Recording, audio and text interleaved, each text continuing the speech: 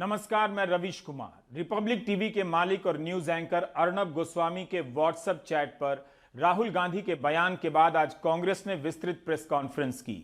इस press conference में पूर्व रक्षा मंत्री ए.के. एंटनी, गुलाम नबी आजाद, पूर्व गृह मंत्री सुशील कुमार शिंदे, पूर्व विदेश मंत्री सलमान खुर्शीद और कांग्रेस प्रवक्ता पवन खेड़ा ने हिस्सा लिया और चैट के अलग अलग पहलुओं पर अपनी बात रखी। पूर्व रक्षा मंत्री ए.के. एंटनी ने कहा कि जिस तरह से चैट में जवानों की शहादत को लेकर बात की गई है वो शर्मनाक है। आपको बता दें कि व्हाट्सएप चैट में पुलवामा हमले की शाम अर्नब गोस्वामी कह रहे हैं कि इस अटैक से हमें खूब फायदा हुआ है। तब भी देशभक्त आईटी सेल और राजनेता इस चैट पर चुप हैं। तब भी जब अर्नब गोस्वामी ने यह नहीं कहा कि ये चैट फर्जी हैं। पहले यह बताना समुचित होगा कि अर्नब गोस्वामी की सफाई आई है। इस सफाई में अर्नब ने कहीं नहीं लिखा है कि व्हाट्सएप चैट फर्जी है, बल्कि यह कहा है कि जब व्हाट्सएप चैट के लिए किसी पत्रकार को टारगेट किया जाता है तो सोचिए कैसी परंपरा बनाई जा रही है। अर्नब भूल गए कि व्हाट्सएप चैट को लेकर ही गोदी मीडिया ने, जिसमें वे भी शामिल थे, रियाज चक्रवर्ती को कैसे टारगेट किया था। अर्नब ने अपने जवाब में लिखा है कि व्हाट्सएप चैट में जो बातें हैं वो उस वक्त मीडिया में आम थी, हजारों जगहों पर छप रही थी। क्या यह जवाब इस चैट को लेकर उठ रहे सभी प्रश्नों के लिए काफी है? शायद नहीं। अर्नब ने टीआरपी वाले प्रसंग पर भी अलग से कुछ नहीं कहा है। अर्नब गोस्वामी ने अपने एक दूसरे बयान में यह भी कहा है कि कांग्रेस के नेता उनके खिलाफ मनगढ़ंत आरोप लगा रहे हैं, गलत बयानी कर रहे हैं और वे अदालत में आपराधिक मामला दायर करेंगे। हम आपको बता दें कि व्हाट्सएप चैट में अर्नब गोस्वामी पार्थो दासगुप्ता को 23 फरवरी के दिन बता रहे हैं कि पाकिस्तान पर हमला होगा। 3 दिन पहले अर्नब धारा 370 हटने के 3 दिन पहले पार्थो को सूचना देते हैं। फरवरी में बालाकोट के समय ही बता रहे हैं कि कश्मीर में बड़ा होने वाला है। एक अलग चैट में अर्नब पार्थो दासगुप्ता को कहते हैं कि 2 से 5 मार्च के बीच कश्मीर मत जाओ, अगर जाना जरूरी है तो वे सुरक्षा दिलवा देंगे। क्या इन चैट को पढ़कर यह संकेत नहीं मिलता कि जैसे सरकार न्यूज चैनल चला रही हो और उसके लिए कंटेंट पैदा कर रही हो और बदले में न्यूज चैनल का एंकर भी सरकार और उसकी राजनीति चला रहा हो? पूर्व रक्षा मंत्री ए.के. एंटनी ने आज इस पर सवाल उठाया और चिंता जताई। सलमान खुर्शीद ने कहा कि अर्नब गोस्वामी जिस तरह से बीजेपी नेता अरुण जेटली के बारे में बात कर रहे हैं, दुखद है। Only very few people, 4 or 5 people were expected to know about civilians, know the details of the military operations. Even not all the cabinet ministers are not expected. Only very few, handful of people. And then military people. I am very sure, after working with the military people, years together,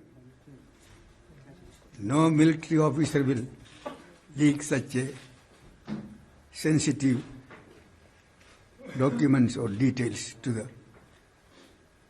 not only journalists, not even to others who are not expected to.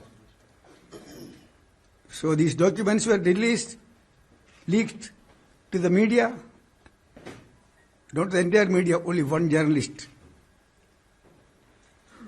Among those 4 or 5 people, civilian people who are in the top position in the government, either minister or 1 or 2 senior officials who are concerned with the national security. Only they can leak this document. जो अभी अर्नब गोस्वामी ने किया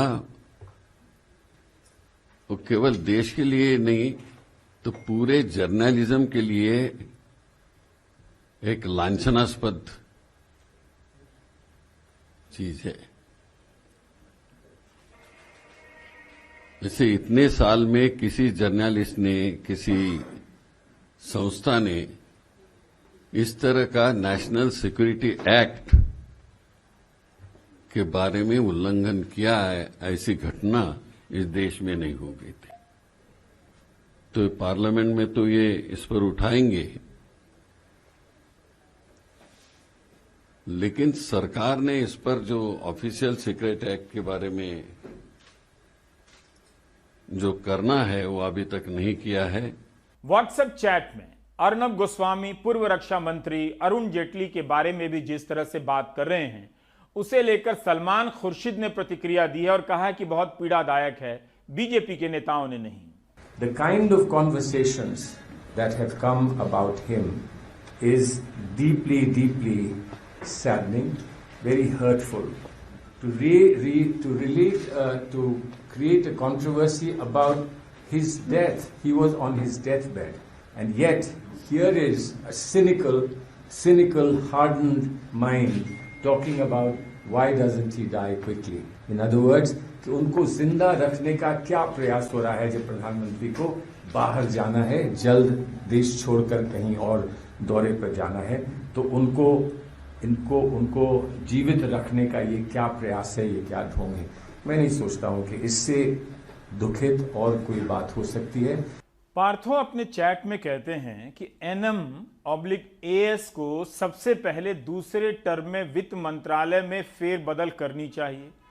हम बाहर जो भी कहें, लेकिन देश की अर्थव्यवस्था की हालत खराब है। पार्थो कहते हैं कि जेटली इनकी सबसे बड़ी असफलता है। इसके बाद अर्नब का जवाब आता है कि मैं बिल्कुल सहमत हूं। अपना चैनल होने के बाद भी खराब अर्थव्यवस्था पर डिबेट करने से अर्नब को कौन रोक सकता है? क्या यह साधारण बात है कि इकोनॉमी पिट गई है और अर्नब चुप हैं?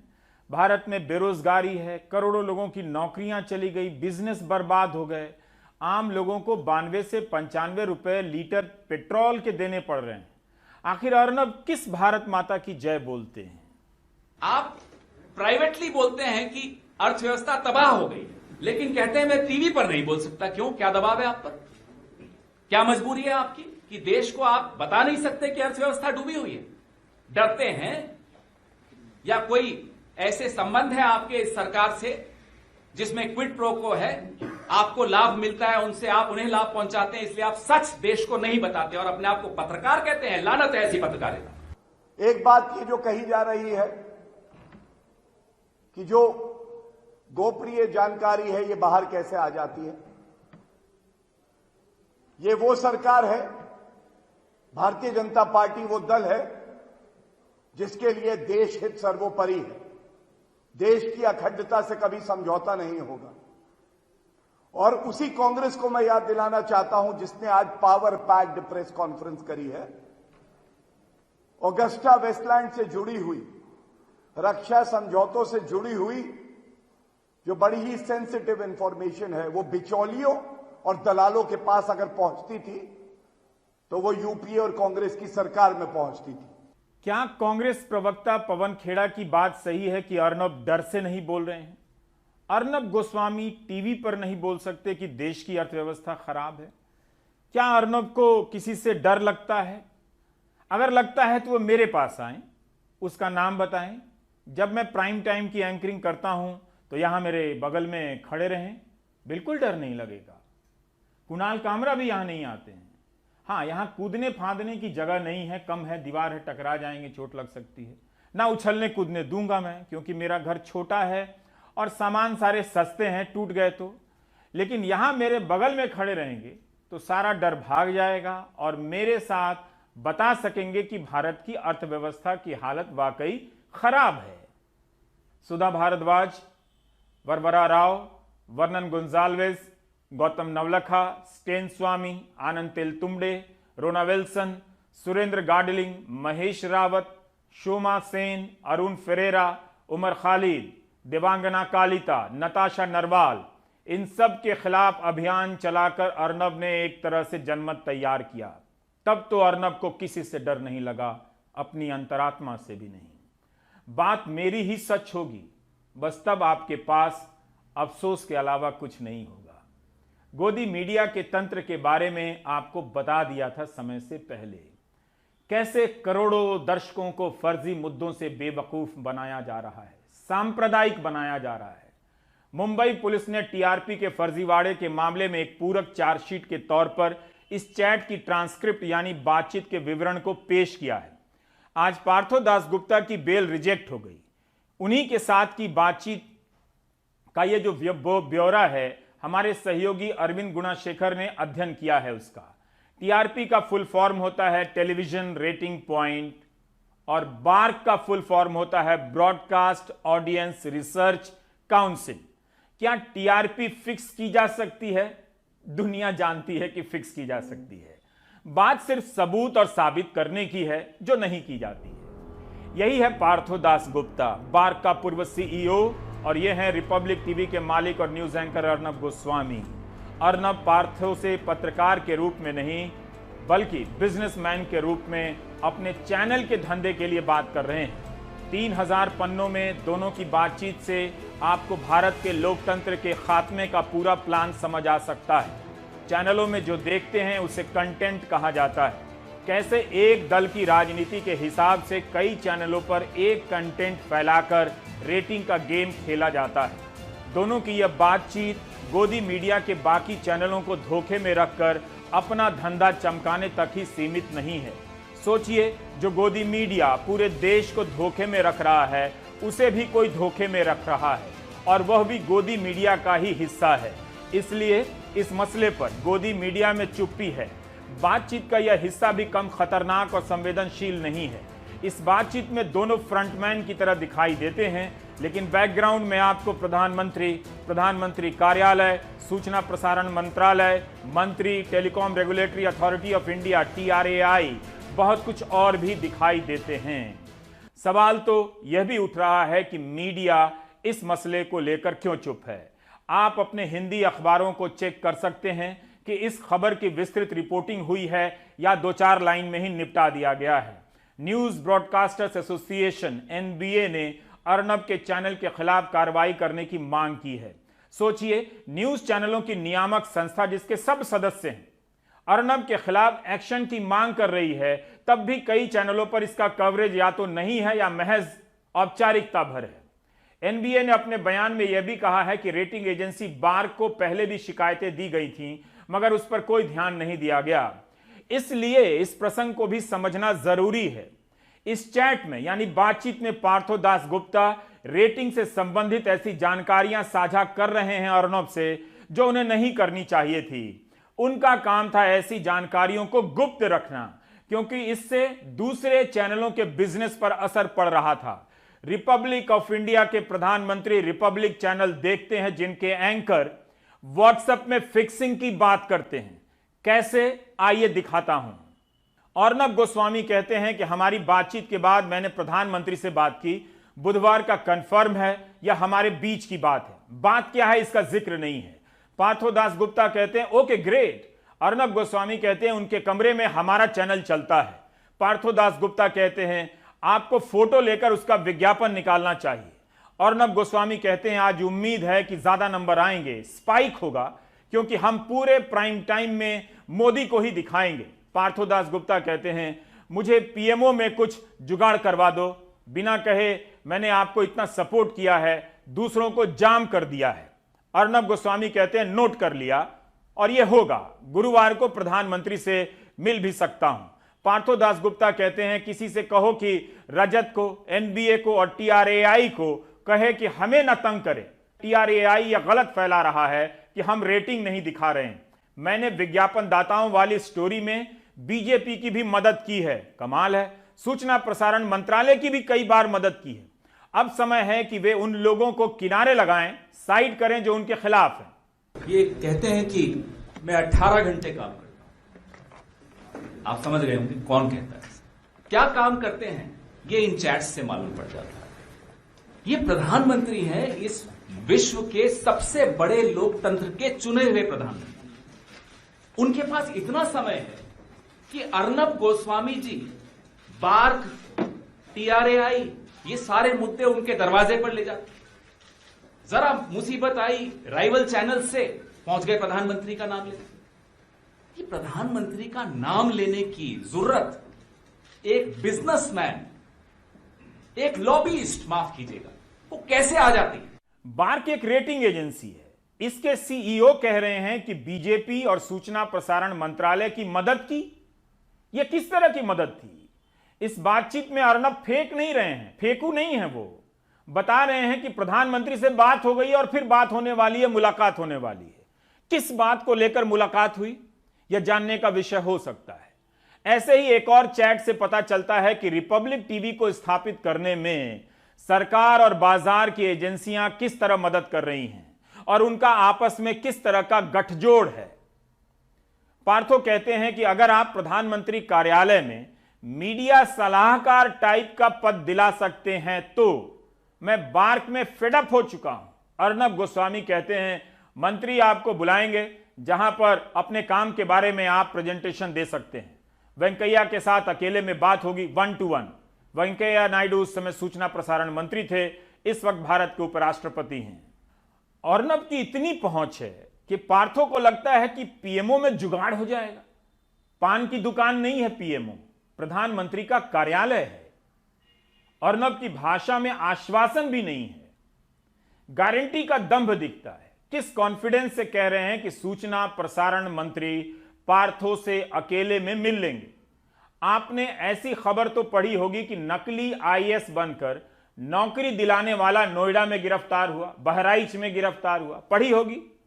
क्या वेंकैया नायडू ने इस चैट के अनुसार इस संदर्भ में पार्थो दासगुप्ता को कभी मिलने का समय दिया था? उपराष्ट्रपति की प्रतिक्रिया अपेक्षित है। पार्थो दासगुप्ता एक और चैट में कहते हैं शायद मंत्रालय में रिपब्लिक टीवी के खिलाफ कुछ शिकायत पहुंची है। इस शिकायत को अभी हम तक नहीं भेजा गया है, एक संयुक्त सचिव ने हमें बताया है, लेकिन मुझे नहीं लगता कि हमारे पास कभी आएगा। अर्नब गोस्वामी कहते हैं डिश एफटीए के बारे में राठौड़ ने मुझे कहा है कि उसे किनारे रख देंगे। राठौड़ उस समय सूचना प्रसारण मंत्री थे। अब यहां आपको डिश एफटीए का मामला बताना चाहता हूं। एफटीए का मतलब हुआ फ्री टू एयर। आप जानते हैं कि गांव गांव में फ्री डिश के जरिए कई चैनल देखे जाते हैं। 11 दिसंबर 2020 को आयुष तिवारी ने न्यूज लॉन्ड्री के लिए रिपोर्ट की थी। इस रिपोर्ट की बातों से जब आप इस चैट की बातों को मिलाकर देखेंगे तो पता चलेगा कि बातें हवा में नहीं हो रही हैं।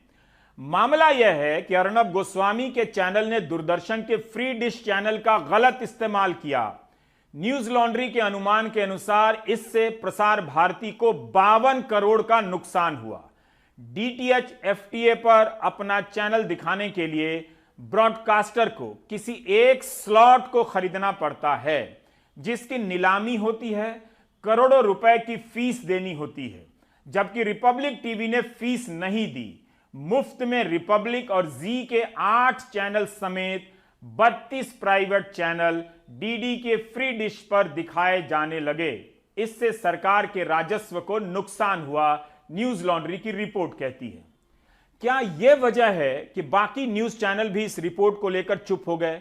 क्योंकि बाकियों की भी पोल खुल सकती है, खुल रही है। अर्नब कह रहे हैं कि तब के सूचना प्रसारण मंत्री ने शिकायतों को किनारे रखने का वादा किया है। मंत्री को क्या दिलचस्पी है 52 करोड़ के नुकसान की फाइल किनारे रखने में? 52 करोड़। इस चैट से आयुष तिवारी की रिपोर्ट तो और पुख्ता होती है। क्या सरकार को खुद से कार्रवाई नहीं करनी चाहिए थी? अर्नब ने जो बयान जारी किया है व्हाट्सएप चैट पर, उसके अंत में भारत माता की जय, जय हिंद लिख दिया है। क्या यह लिख देने से आप सभी कानून से ऊपर हो जाते हैं? क्या झूठ पर पर्दा डालने के लिए भारत माता की जय बोला जाना चाहिए?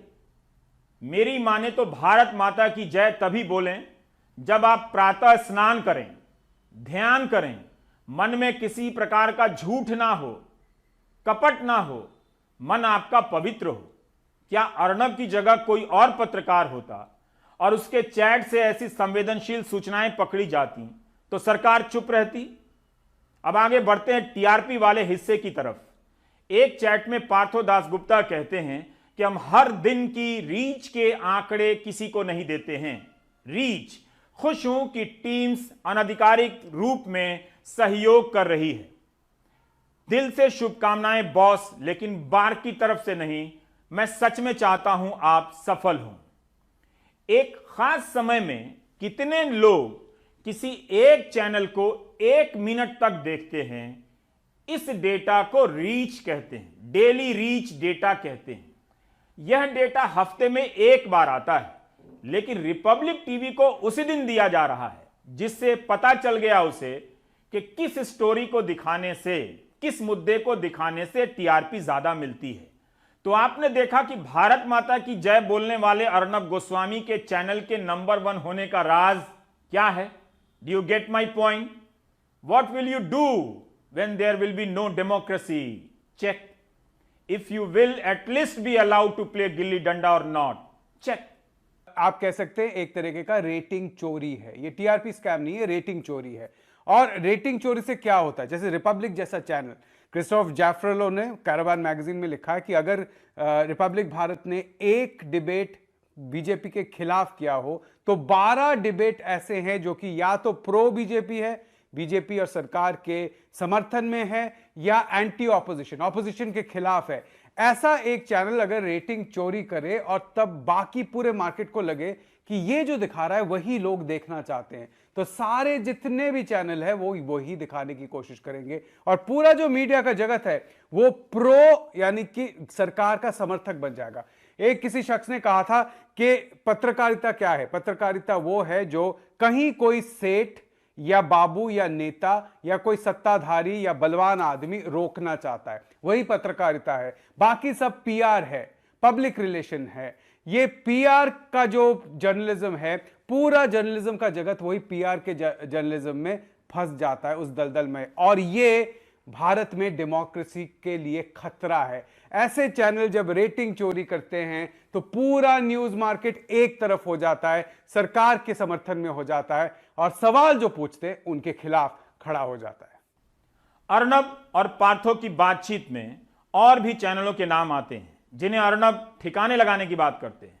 इन सबको घाटा हुआ है बिजनेस में, लेकिन चुप्पी इसलिए है क्योंकि संरक्षण देने वाला कोई और है और वो एक है। सबका मालिक एक है, ट्रक के पीछे लिखा होता है। पार्थो दासगुप्ता आइडिया देते हैं कि इंडिया टुडे की जानकारी प्रेस में लीक कर दो। एक चैट में पार्थो दासगुप्ता अर्नब को बता रहे हैं कि दिल्ली, बॉम्बे और कोलकाता के बाजार पर कब्जा करना है। अभी उनका प्रभाव बेंगलुरु और चेन्नई में ही है। एक दूसरे चैट में पार्थो दासगुप्ता अर्नब को बताते हैं कि रेटिंग कैसे बढ़ाई जाती है, कहां कहां पर चैनल का विज्ञापन दिखाना चाहिए। एक अन्य चैट में पार्थो दासगुप्ता कहते हैं कि बार के भीतर कुछ ऐसे फैसले लिए जा रहे हैं जिससे आपको नुकसान हो सकता है। अर्नब कहते हैं कि बार के ज्यादातर सदस्य तो उनके संपर्क में हैं।